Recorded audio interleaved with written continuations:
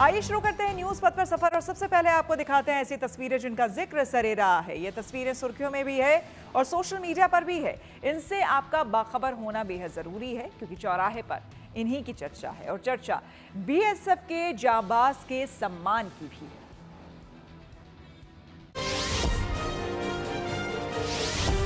जम्मू कश्मीर में अमरनाथ यात्रा की औपचारिक शुरुआत हो गई। दरअसल उपराज्यपाल मनोज सिन्हा अनंतनाग पहुंचे, जहां उन्होंने बाबा बर्फानी की पूजा अर्चना की। इस साल अमरनाथ की पवित्र गुफा की तीर्थ यात्रा अगले महीने 3 जुलाई से शुरू हो रही है। इसके पहले उपराज्यपाल ने यात्री निवास और दूसरी जगहों पर तैयारियों का जायजा लिया। साथ ही अधिकारियों को अमरनाथ के लिए सुविधाएं बढ़ाने के निर्देश दिए। मैं सभी बाबा के भक्तों से निवेदन करूंगा वो बड़ी से बड़ी संख्या में आवे। 3 जुलाई से यात्रा प्रारंभ होने वाली है और रक्षाबंधन 9 अगस्त तक श्राइन बोर्ड और जम्मू कश्मीर प्रशासन ने मिलकर के यात्री सुविधाओं में भी बड़ा विस्तार किया है।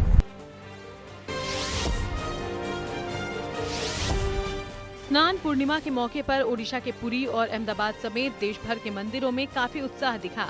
दरअसल इस दौरान भगवान जगन्नाथ ने अपने भाई बलभद्र और बहन सुभद्रा के साथ मंदिर में भक्तों के सामने स्नान किया। ओडिशा के पुरी में भगवान जगन्नाथ को मंदिर में ही बने सोने के कुएं के पानी से नहलाया जाता है। अब इसी स्नान के बाद भगवान बीमार पड़ गए। ऐसे में अब वो 15 दिन एकांतवास में बिताएंगे।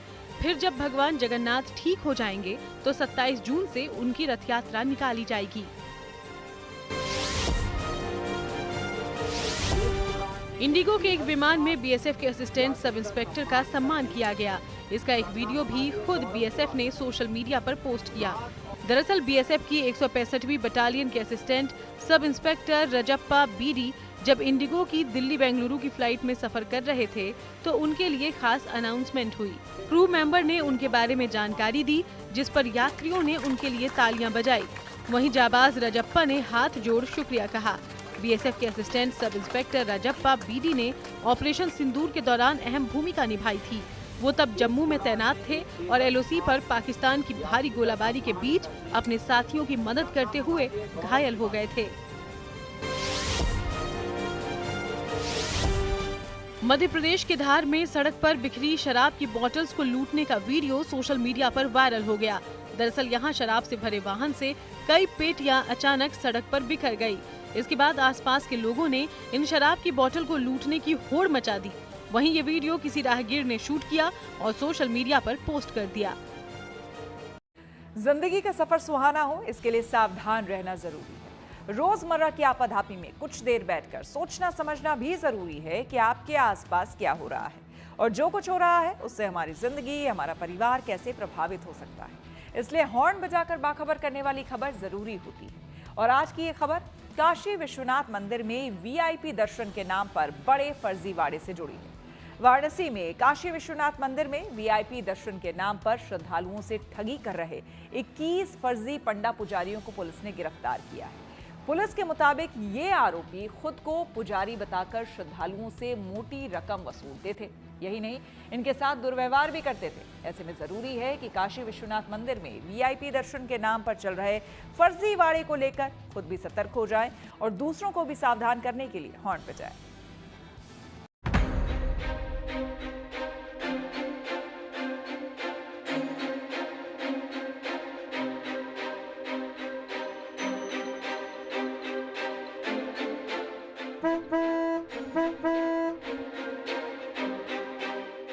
वाराणसी पुलिस की गिरफ्त में आए ये वो लोग हैं जो काशी विश्वनाथ मंदिर में वीआईपी दर्शन के नाम पर फर्जीवाड़ा करके अपनी जेब भर रहे थे। लिहाजा अगर आप वाराणसी में बाबा विश्वनाथ के दर्शन पूजन के लिए आ रहे हैं तो सावधान हो जाइए। यहाँ वीआईपी दर्शन के नाम पर फर्जी तीर्थ पुरोहितों और पंडों का गैंग सक्रिय है। ये फर्जी पुरोहित और पंडे पैसा लेकर स्पर्श दर्शन और विधिवत पूजन कराने का श्रद्धालुओं को झांसा देते हैं और बदले में अच्छा खासा पैसा वसूलते हैं। वाराणसी पुलिस को लगातार इन फर्जी पुरोहितों और पंडों की शिकायत मिल रही थी। इसके बावजूद इन पर कोई एक्शन नहीं हो रहा था। वाराणसी के काशी विश्वनाथ मंदिर के कॉरिडोर के स्वरूप में आते ही लगातार श्रद्धालुओं की संख्या बढ़ तो गई, लेकिन निशाने पर आने लगे मासूम वे श्रद्धालु जो जालसाज और धोखेबाज और ठगों के शिकार होते चले गए। ऐसे ही तमाम पंडा पुजारियों की आड़ में श्रद्धालुओं से ठगी करने वाले 21 लोगों को वाराणसी की दशाश्वमेध और चौक थाने की पुलिस ने मिलकर गिरफ्तार किया है। और ये पूरी मुहिम चलाई गई है वाराणसी के एसीपी की अगुवाई में, एसीपी दशाश्वमेध की अगुवाई में ये मुहिम चलाई गई, जिसके तहत एक दो नहीं बल्कि कुल 21 ऐसे पंडा पुजारी अरेस्ट किए गए हैं जो पूरी तरह से धार्मिक वेशभूषा में, पुजारियों की वेशभूषा में मंदिर के बाहर मासूम श्रद्धालुओं को निशाना बनाते थे। वीआईपी और सुलभ दर्शन के नाम पर, सुगम दर्शन के नाम पर उनसे मोटी रकम भी ऐंठते थे। लेकिन सिर्फ इतनी बात नहीं थी, वे श्रद्धालुओं से मिसबिहेव भी किया करते थे।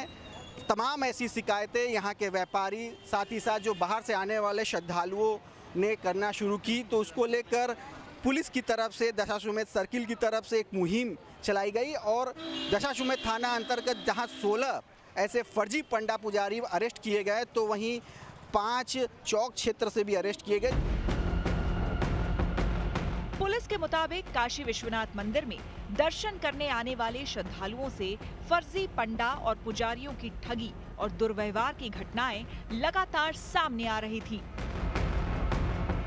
खबर तो ये भी है कि लखनऊ के एक बड़े अधिकारी के रिश्तेदार से जब इस गिरोह ने अवैध वसूली और दुर्व्यवहार किया, तब जाकर वाराणसी पुलिस पर प्रेशर बना और चौक थाने की पुलिस एक्टिव हो गई।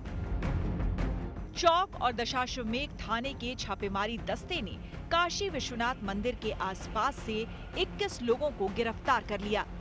ये सभी आरोपी श्रद्धालुओं को सुगम दर्शन और वीआईपी दर्शन का झांसा देकर मोटी रकम ऐंठते थे और अक्सर उनके साथ दुर्व्यवहार भी करते थे। इस मामले में दशाश्वमेध सर्किल के एसीपी डॉक्टर अतुल अंजान त्रिपाठी के नेतृत्व में दशाश्वमेध और चौक थाना क्षेत्र में विशेष अभियान चलाया गया। अभियान के दौरान दशाश्वमेध क्षेत्र से 16 और चौक क्षेत्र से 5 फर्जी पंडा पुजारियों को गिरफ्तार किया गया। ये मंदिर में दर्शन कराने के नाम पर विभिन्न जो श्रद्धालु हमारे आते हैं उनसे अवैध पैसे की मांग करना और उनके साथ फिर मिसबिहेव करने की शिकायत पिछले कुछ दिनों से प्राप्त हो रही थी, जिस पर मेरे द्वारा थाना दशाश्वमेध और चौक से टीमों का गठन किया गया। इन टीमों के द्वारा विभिन्न जगहों से थाना दशाश्वमेध से 15 और चौक से 6 लोगों को गिरफ्तार कर उनके विरुद्ध विधिक कार्रवाई की जा रही है। सर, ये लोग कहाँ के थे, व्यक्ति कुछ पता चला? अधिकांश ये लोकल ही हैं। इनमें 1-2 लोग जो है वो आसपास के जनपद मिर्ज़ापुर, चंदौली के भी हैं। और जो गठित टीमें हैं ये लगातार इस प्रकार की छापेमारी और कार्रवाई करती रहेंगी, जिससे कि और भी जो लोग इसमें संलिप्त हैं उनके खिलाफ भी कार्रवाई की जा सकेगी। सर, देखा जाए तो यहाँ पे लगातार लोग को किया जाता है, गंगा आरती से लेकर विश्राम तक, तो आगे प्रशासन की किस तरह की कार्रवाई होगी? हाँ, जैसे ये जो टीमें गठित हैं इनके द्वारा कल ये कार्रवाई की गई है, इस प्रकार भविष्य में भी लगातार ये कार्रवाई की जाएगी। जो अन्य व्यक्ति भी इसमें संलिप्त हैं उनके विरुद्ध भी विधिक कार्रवाई की जाएगी। वाराणसी में गिरफ्तार किए गए आरोपियों में निखिल पांडे, प्रतीक सिंह, मोनू सिंह, गुरु प्रसाद जायसवाल, विशाल पांडे, ईशान मिश्रा, विनायक मिश्रा, संकटा प्रसाद, लकी पांडे, राजू पांडे, रंधावा विश्वकर्मा, अमीर, छोटू पांडे, संजय पांडे, मनीष पांडे, सचिन जायसवाल, गोलू साहनी, अजय कुमार, ब्रिजेश कुमार, पवन साहनी और अजय कुमार के नाम शामिल हैं। छापेमारी करने वाली टीम ने जिन 21 लोगों को गिरफ्तार किया है उनमें 15 वाराणसी के हैं, जबकि 6 लोग चंदौली और मिर्जापुर के हैं। जब ये मुहिम चलाई गई तो भगदड़ सी मच गई, वाफो मच गया, लेकिन पुलिस ने 21 ऐसे फर्जी पंडा पुजारियों को अरेस्ट किया। इनका काम था मासूम श्रद्धालुओं को निशाना बनाना, उनसे दनुगाही करना, उनको ठगना और साथ ही साथ अगर श्रद्धालु आस्थावान आनाकानी करे तो उनसे बदतमीजी करना, उनसे दुर्व्यवहार भी करना। ये मुहिम पुलिस की ओर से बताया गया है लगातार अभी जारी भी रहेगी। हमारे साथ तमाम श्रद्धालु मौजूद हैं जो देश प्रदेश के कोने कोने से आते हैं, इनसे बात करते हैं। क्या नाम है आपका? अतुल कुमार भारती। अतुल जी, दर्शन हो गए आपके, कैसे गए आप पहले दर्शन करने, सब कुछ क्या बहुत अच्छा रहा, सामान्य रहा? सामान्य रहा, अच्छे से दर्शन हुआ, कोई दिक्कत नहीं, कोई परेशानी नहीं हुई, अच्छे से दर्शन हुआ, दर्शन करके आए हैं आराम से, कोई दिक्कत नहीं ये हुई। बताइए कि इस तरह से आमतौर पे जो लोग दर्शन करने जाते हैं, हम आप भी जाते हैं, तो इस तरह से जब ठगे जाते हैं, ज़बरदस्ती पैसे को उगाहा जाता है, कहा जाता है कि ये इतना पैसा दीजिए तब दर्शन होगा, इतना पैसा चढ़ाइए, इस तरह की कार्रवाई जो की है पुलिस ने, सही हुआ है? बहुत सही हुआ है, ये बहुत अच्छा काम हुआ है, ऐसा होना भी चाहिए था। पैसा ऐंठने का काम ये गलत बात है। दर्शन के लिए सबको सामान्य रहना चाहिए, दर्शन के लिए पैसा लेना अच्छी बात नहीं है। कड़ी से कड़ी कार्रवाई होनी चाहिए, लोगों की श्रद्धालुओं को लूट रहे हैं लोग, ऐसा नहीं होना चाहिए। पुलिस प्रशासन ध्यान दे थोड़ा इन लोगों पे। आप लोगों के साथ भी कभी ऐसा अनुभव हुआ कि कभी गए हों और इस तरह इन लोगों के आप चक्कर में फंसे हों? नहीं, ऐसा अभी तो हुआ नहीं है। नहीं, ऐसा नहीं हुआ, हमारा तो फर्स्ट टाइम आए थे हम लोग। सुनने में आता है? हाँ, सुनने में ऐसा आता है, न्यूज़ में देखते हैं कितने लोगों कितने लूट लेते हैं मासूमों को। काशी विश्वनाथ मंदिर में हर दिन औसतन 1 लाख से अधिक भक्त दर्शन करने पहुंचते हैं और किसी विशेष त्योहार या आयोजन पर ये संख्या कई गुना बढ़ जाती है। लिहाजा मंदिर प्रशासन का कहना है कि दर्शन करने के लिए भक्त किसी तरह के बहकावे में ना आए, क्योंकि दर्शन करने के लिए कुछ नियम बनाए गए हैं, जिसका पालन करने से बाबा विश्वनाथ का आसानी से दर्शन किया जा सकता है। सबसे पहले तो आप सीधे लाइन में लगकर दर्शन कर सकते हैं, जो सुबह 3 बजे से लेकर रात 10 बजे तक लगातार चलते रहते हैं।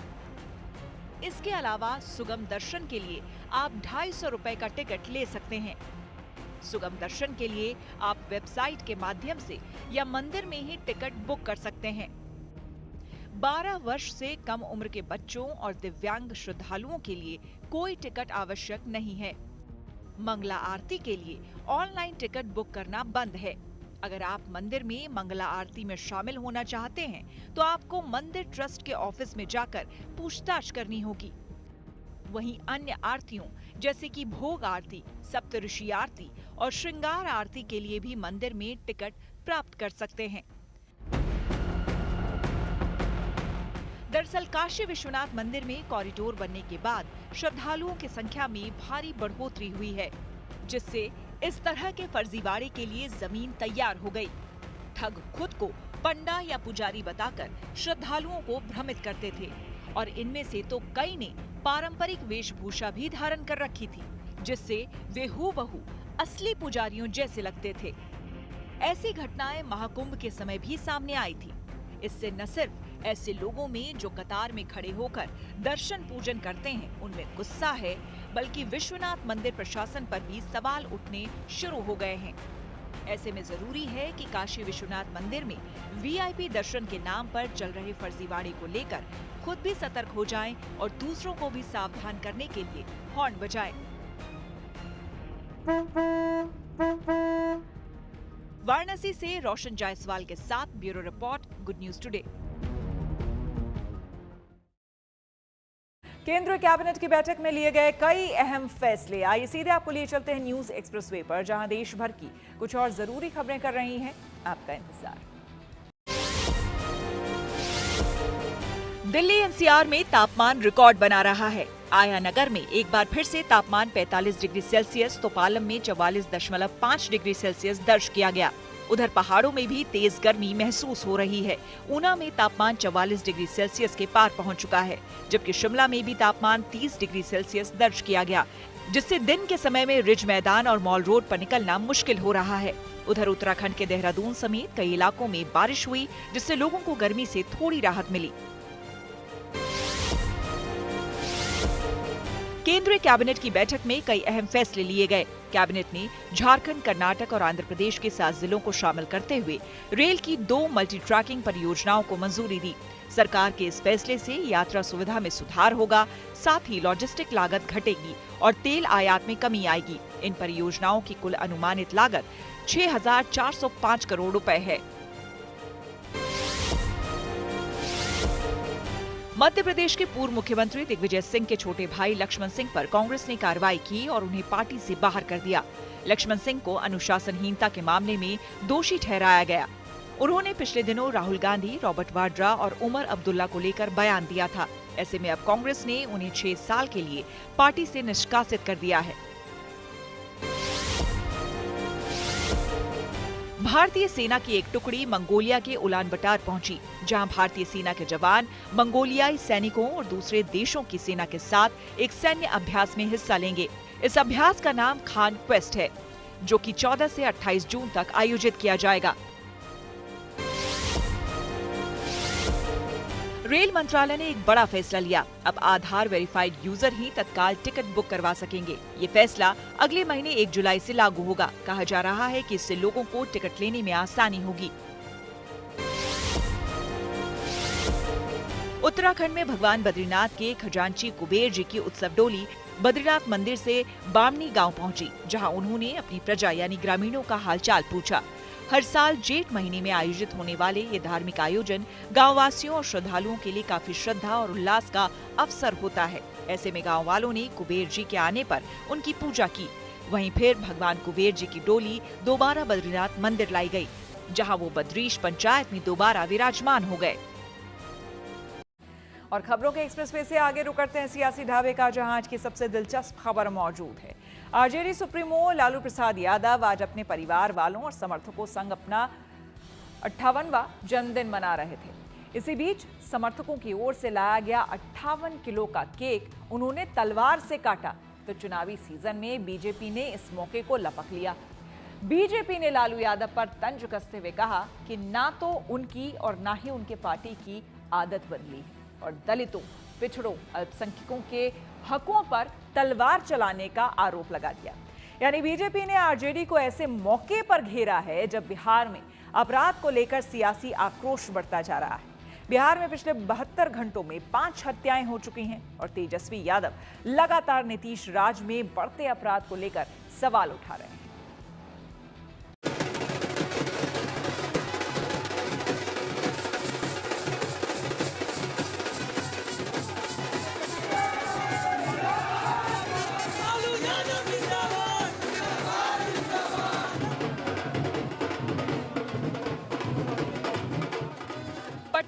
आरजेडी सुप्रीमो लालू प्रसाद यादव के घर के बाहर से अंदर तक जश्न ही जश्न था।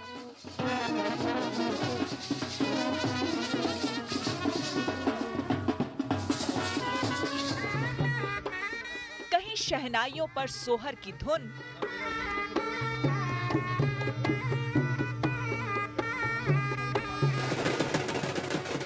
तो कहीं बैंड बाजे पर जश्न के गीत बजाए जा रहे थे।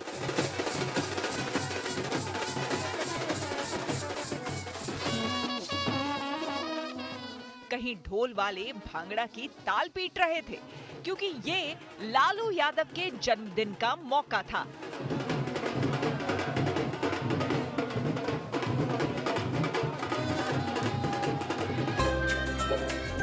लालू यादव अपने घर पर बैठे हुए थे।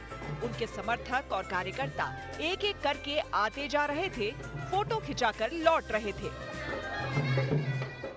राजद सुप्रीमो लालू प्रसाद यादव का आज 78वां जन्मदिन है और इस मौके पर अभी हम मौजूद है 10 सर्कुलर रोड राबड़ी आवास, और लगातार सुबह से जो है आरजेडी के जो नेता है वो यहाँ पहुँच रहे हैं और लालू प्रसाद यादव को जन्मदिन की बधाई दे रहे हैं।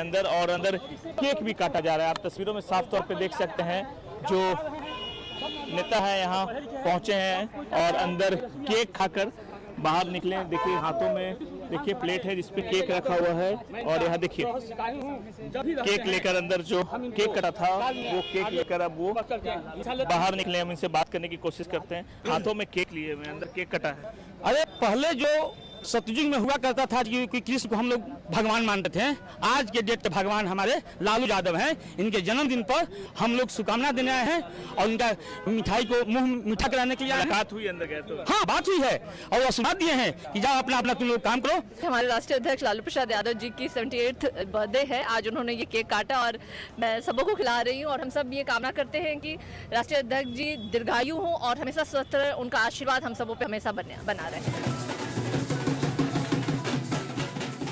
तभी सड़क पर एक काफिला दिखा। इसमें रेहड़ी पर 78 किलो का लड्डू वाला केक था। पीछे 78 फलों के टोकरे थे।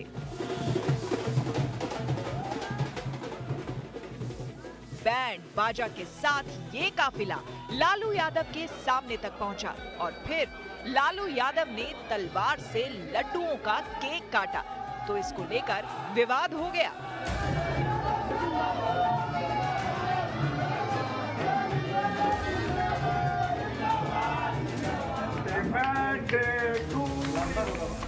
यही नहीं, सीवान के आरजेडी विधायक अवध बिहारी चौधरी ने लालू की फोटो पर माला पहनाकर जन्मदिन मनाया। हालांकि इसे लेकर सियासत तेज हो गई। अरे लालू जी, आपको 78 वर्ष होने की बहुत बहुत बधाई। क्या कि आपके तो वही माशाअल्लाह सुभान अल्लाह वैसी की वैसी है, कोई सुधार नहीं। केक भी काटा तो तलवार से। अरे बिहार की जनता पे, बिहार की दलित पे, बिहार के पिछड़ों पे इतना तलवार चलाया आपने 15 साल, अभी केक पे भी रहम नहीं कर रहे। और यही संस्कार अपनी पार्टी, अपने बच्चों सबको दे दिया। क्या आरजेडी मतलब तलवार अब भाला चला रही है? अरे अब तो मान जाइए। कहाँ मानिएगा? 78 साल की उम्र में आदत थोड़ी ना बदलेगी आपकी, ना आपकी पार्टी की आदत बदलेगी। लालू की तलवार पर बीजेपी का सियासी वार ऐसे समय में हुआ जब बिहार में कानून व्यवस्था के मोर्चे पर नीतीश सरकार को लेकर तेजस्वी यादव लगातार हमले कर रहे हैं। क्योंकि बिहार में लालू भले केक काटने के लिए तलवार निकाल रहे हों, लेकिन कानून व्यवस्था की हालत ये है कि पिछले 72 घंटे में पटना में 5 हत्याएं हो चुकी हैं।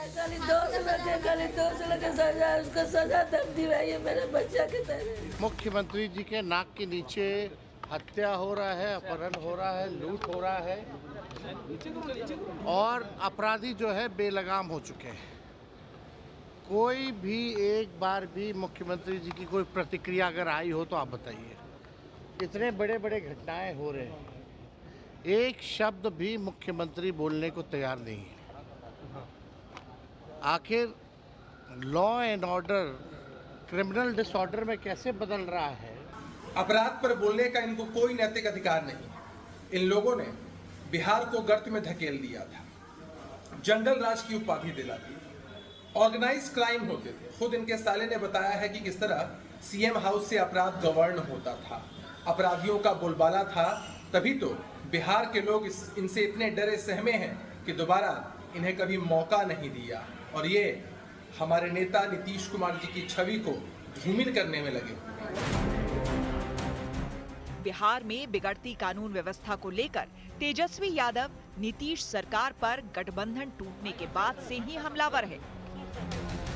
लेकिन लालू यादव तो पिछले 20 साल की भड़ास निकाल रहे हैं। लालू ने पोस्ट लिखकर आरोप लगाया कि नीतीश बताएं कि शाम 5 बजे से पहले घर में घुसकर कितनी हत्याएं हो रही हैं। क्या नीतीश जानते, पहचानते और समझते हैं कि उनके शासनकाल में आधिकारिक आंकड़ों में 65,000 हत्याएं हुई हैं? असल में बिहार में इन दिनों एक बार फिर से कानून व्यवस्था को सियासत का मुद्दा बनाने की कोशिश हो रही है। जिस मुद्दे पर कभी आरजेडी बिहार की सत्ता से बाहर हुई थी, उसे ही अब मुद्दा बनाकर वापसी करना चाहती है। एक मुद्दा जाति का भी है, जिसे कांग्रेस और आरजेडी दोनों भुना रही है। राहुल गांधी पिछले दिनों बिहार दौरे पर गए थे और दरभंगा में पिछड़े दलितों, अल्पसंख्यकों के लिए बने अंबेडकर हॉस्टल की बुरी हालत को हाईलाइट किया था। अब उन्होंने सीधे प्रधानमंत्री मोदी को चिट्ठी लिखी। तेजस्वी यादव ने भी एक चिट्ठी नीतीश कुमार को लिखी है। 5 जून को लिखी चिट्ठी में 85% आरक्षण का नया कानून पारित करने की मांग की। बिहार विधानसभा चुनाव में तकरीबन 4 महीने बचे हैं। ऐसे में राजनीतिक दलों की जोर आजमाइश शुरू हो गई है। जहां एनडीए अपने 2 दशकों के सुशासन, विकास और गरीब कल्याण के नाम पर चुनावी मैदान में उतरना चाहती है, तो विपक्ष जाति गणना से लेकर आरक्षण और अब कानून व्यवस्था जैसे मुद्दे को उठा रहा है। पटना से सुजीत कुमार के साथ bureau report, good news today. News पथ पर आगे है धन बाजार, जहां शेयर बाजार से लेकर कारोबार तक की सभी अहम खबरें होती हैं, जिसका सीधा रिश्ता आपकी आमदनी आपकी जेब पर होता है। तो तेज रफ्तार खबरों के बीच ये जरूरी खबरें छूट ना जाए, इसलिए सीधे आपको लिए चलते हैं धन बाजार। शेयर बाजार में बढ़त देखने को मिली। सेंसेक्स 130 अंक उछलकर 82,515 पर बंद हुआ, तो वही निफ्टी 37 अंक ऊपर चढ़ 25,141 पर पहुंच गया। कारोबार के दौरान आईटी और हेल्थ समेत कई सेक्टर्स के शेयर्स में काफी तेजी रही और ये हरे निशान पर बंद हुए। सोने की कीमतों में बढ़त दर्ज की गई है। ये प्रति 10 ग्राम 820 रुपए उछाल और 98,490 रुपए पर पहुंच गया है। वहीं चांदी सपाट रही, ये 1,07,100 पर बनी हुई है। वोडाफोन आइडिया ने बेंगलुरु में अपनी 5G सेवा की शुरुआत कर दी है। इससे पहले कंपनी ने दिल्ली, NCR, मुंबई और चंडीगढ़ समेत कुछ शहरों में अपनी ये सेवा शुरू की है। वोडाफोन आइडिया के मुताबिक शुरुआत में 5G यूजर्स के लिए 299 रुपए से शुरू होने वाले प्लान पर अनलिमिटेड 5G डेटा दिया जा रहा है। न्यूज पथ के सफर में अब सोशल अड्डा का रुख करते हैं, जहां आज बात होगी एसी की। गर्मी के दिनों में घर पहुंचते ही सबसे पहले हम एसी का रिमोट खोजते हैं। कुछ लोग तो अपने एसी का तापमान इतना कम कर देते हैं कि दिल्ली में शिमला जैसा एहसास होने लगता है। लेकिन आपको जानकर हैरानी होगी कि एसी से हीट निकलती है, जिसका गर्मी बढ़ाने में काफ़ी अहम रोल रहता है। यानी कि जिन एसी को हम अपने घरों को ठंडा करने की वजह मान रहे हैं, वो भी गर्मी की बड़ी वजह है। और यही वजह है कि केंद्र सरकार एसी का तापमान तय करने वाला नियम लागू करने वाली है।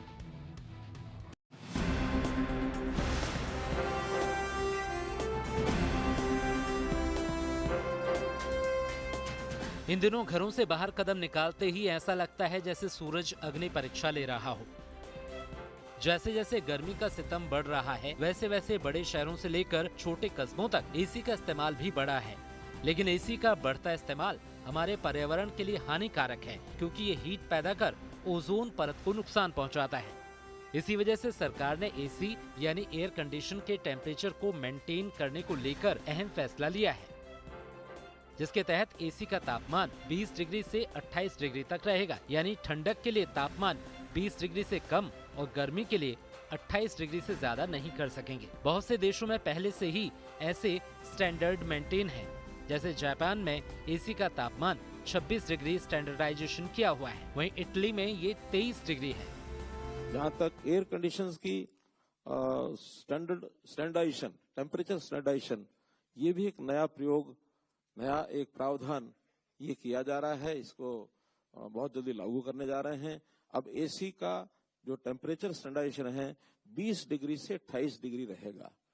यानी 20 डिग्री से नीचे हम उसकी कूलिंग नहीं कर सकेंगे और 28 डिग्री से ऊपर वार्मिंग नहीं कर सकेंगे। इस प्रकार का एक पहली बार इस प्रयोग को किया जा रहा है। सरकार का ये कदम ऊर्जा संरक्षण, बिजली खपत में कमी और पर्यावरण संतुलन के लिए काफी अहम साबित हो सकता है, क्योंकि किसी भी देश की आर्थिक तरक्की में ऊर्जा का सबसे अहम रोल होता है। ऐसे में अब सरकार ने एयर कंडीशन के टेम्परेचर को संतुलित कर पावर मैनेजमेंट के साथ पर्यावरण रक्षा का प्लान बनाया है, जिसका सकारात्मक असर आने वाले सालों में दिखाई देगा। Bureau report, good news today. AC में टेम्परेचर लिमिट को लेकर उठाए जाने वाले कदम को लेकर हमने कुछ लोगों से बात की और उनकी राय जानी। कंट्रोल जो है वो बड़ी प्रॉब्लम है, बिकॉज उससे पावर की खपत बहुत ज्यादा होती है। ये एक नेशनल रिसोर्स है, ये एक ऐसे कमोडिटी की चीज नहीं है। एक ऐसी कमोडिटी नहीं है कि भाई मैं बड़ी गाड़ी ले रहा हूँ या छोटी गाड़ी ले रहा हूँ या कैसे ले रहा हूँ, बिकॉज ये जितना ज्यादा ये करेंगे तो वो आपकी खपत जो है वो दूसरों की लाइफ को इम्पैक्ट करती है। आपका जो कार्बन फुटप्रिंट है, इंडिविजुअल कार्बन फुटप्रिंट इतना बड़ा हो जाएगा कि जो कंट्री के लिए जो हम लोग नेट जीरो की तरफ बढ़ना चाहते हैं वो हमारे को और मुश्किल करेगा। तो वी वेलकम दिस। ये बहुत अच्छी चीज है कि अगर इसको ऐसा किया जा रहा है। वो होना चाहिए। अननेसेसरी अपन टेम्परेचर कम करते हैं तो एटमॉस्फेयर पे भी बहुत ज़्यादा गलत असर पड़ता है और ये होना चाहिए। जो आपकी सरकार ने करा है मिनिमम टेम्परेचर 20 डिग्री का, तो उससे चीज़ बहुत अच्छी है। सरकार ने पहले भी चालू करा था, जैसे 24 डिग्री के अंदर चलाना चाहिए एसी, वही चीज़ सरकार ने मिनिमम टेम्परेचर में करी है, उससे बहुत अच्छा हुआ है। जैसे अभी गर्मियाँ एकदम से राइस कर जाती है, उसके कारण अब ज़्यादा राइस होगा नहीं, ज़्यादा चेंजेस आता नहीं है टेम्परेचर के अंदर, तो वो बहुत अच्छी चीज़ है। और नॉर्मल में भी घर पे अगर अपन देखते हैं तो वो 21 डिग्री से ज़्यादा चलता भी नहीं है, तो उस चीज़ से बहुत अच्छा इफेक्ट आएगा और एसी के अंदर एनर्जी कंजप्शन भी कम हो जाएगा। इन्वायरमेंट पे तो फ़र्क पड़ेगा, अगर जैसे बाहर का टेम्परेचर जो बढ़ रहा है उसको देखते हुए तो गवर्नमेंट अच्छा काम कर रही है, बट कस्टमर के व्यवहार पे अपन देखते हैं तो कस्टमर इस देखता है कि इस पर 16-18 के ऊपर ज़्यादा कूलिंग करता है, बट ऐसा होता नहीं है, क्योंकि रूम का टेम्परेचर जो होता है 24 डिग्री के आसपास ही रहता है। उसी के अंदर अगर अपन एसी चलाते हैं तो ज़्यादा बेटर है, उससे आपके एनर्जी एफिशिएंसी भी कम करेगा, कूलिंग भी बेटर करेगा और एनवायरनमेंट को भी फ़ायदा मिलेगा इस चीज़ से। देखिए एसी जब हम स्टार्ट करते हैं तो 24 डिग्री पे ही स्टार्ट होता है, बट कहीं ना कहीं ठंडी हवा कम देती है एसी, तो बच्चों को लगता है कि पापा एसी चिल नहीं कर रहा है, तो बच्चे उसके टेम्परेचर को नीचे ले जाते हैं, 18 डिग्री 20 डिग्री पे लेके जाते हैं, जिससे एसी कूलिंग बढ़ती है। तो हालांकि उसका इम्पैक्ट हम लोगों के ऊपर ये आता है, बिजली का बिल ज़्यादा आता है, तो कहीं ना कहीं कंफर्ट जोन में रहने के लिए तो 24 डिग्री एसी के लिए रिक्वायरमेंट होता ही है कि 24 डिग्री टेम्परेचर हो, तो बाहर बच्चे भी जाएं चाहे हम भी जाएं तो हम भी स्वस्थ रहेंगे, बच्चे भी स्वस्थ रहेंगे। एसी को 28 डिग्री तक कस्टमर को एज ए कस्टमर हम नहीं लेके जा पाते हैं, इसलिए कि टेम्परेचर बहुत ज़्यादा रहता है अप्रैल मई के टाइम में। हाँ, टाइम होता है जब जो बारिश आती है तब हमें उसमें ह्यूमिडिटी रहती है, उस समय ड्राई मोड पे चला करके हम अपने एसी को 28 डिग्री 27 डिग्री पर लेके जा सकते हैं। उस समय हमें बिजली का बिल भी कम आएगा। ह्यूमिडिटी के टाइम में हमें ज़्यादा कूलिंग की रिक्वायरमेंट नहीं होती है, उम्मस से ही बचने का सहारा चाहिए, तो उसके लिए आप 27-28 डिग्री सफिशिएंट है, ओके है। आइए अब रुक करते हैं प्रगति मार्ग का, जहां ऐसी खबरें हैं जो कि देश की तरक्की, प्रगति और लोगों की काबिलियत दिखाती है। दुनिया भर में देशों के बीच बढ़ रहे तनाव और युद्ध की स्थिति में ड्रोन्स काफी कारगर साबित हो रहे हैं। इस क्षेत्र में भारत भी तेजी से आगे बढ़ रहा है। भारत के पास दुश्मन को पल भर में नेस्तनाबूद करने वाले ऐसे स्वदेशी ड्रोन्स का जखीरा मौजूद है, जिसकी एक झलक दिल्ली के मानेकशॉ सेंटर में एनएसजी ने दिखाई।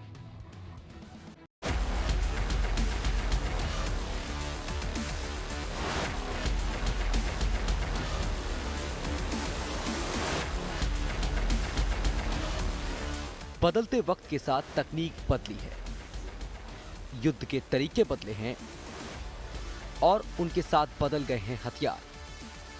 आज के दौर में ड्रोन की घातक ताकत का सबसे ज्यादा इस्तेमाल हो रहा है। ऐसे में भारत भी मेक इन इंडिया की ताकत से उन्नत ड्रोन तकनीक से पूरी तरह तैयार है।